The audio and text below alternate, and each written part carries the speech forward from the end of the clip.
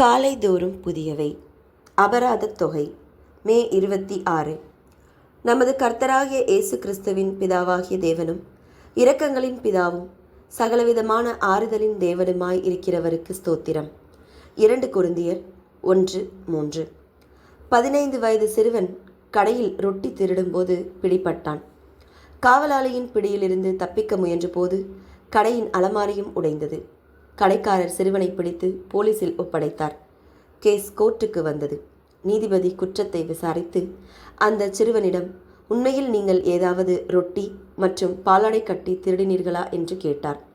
சிறுவன் கீழே பார்த்து பதிலளித்தான், ஆம். நீதிபதி, ஏன்? பையன், எனக்கு அது தேவைப்பட்டது. நீதிபதி, நீங்கள் வாங்கியிருக்க முடியாதா? பையன், பணமில்லை. நீதிபதி, குடும்பத்திடமிருந்து பெற்றுக்கொண்டிருக்கலாமே. பையன், வீட்டில் நோய்வாய்ப்பட்ட மற்றும் வேலையில்லாத அம்மா மட்டும்தான் இருக்காங்க. நீதிபதி, நீங்கள் வேலை எதுவும் செய்யவில்லையா? பையன், கார் கழுவுவது வழக்கம்.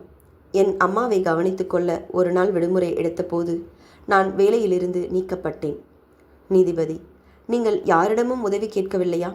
பையன், காலையிலிருந்து வீட்டை விட்டு வெளியேறி சுமார் 50 பேரிடம் சென்றேன்.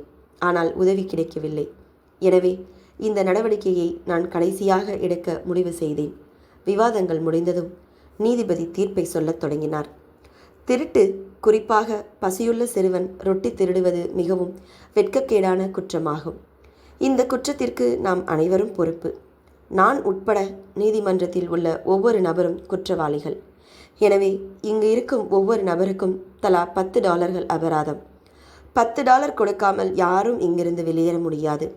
இவ்வாறு கூறி நீதிபதி தனது பாக்கெட்டிலிருந்து $10 எடுத்து பேனாவை எடுத்து அதன்படி பெயரை எழுதத் தொடங்கினார். மேலும் பசித்த குழந்தையை போலீசிடம் ஒப்படைத்ததற்காக கடைக்கு $1000 அபராதம் விதிக்கிறேன்.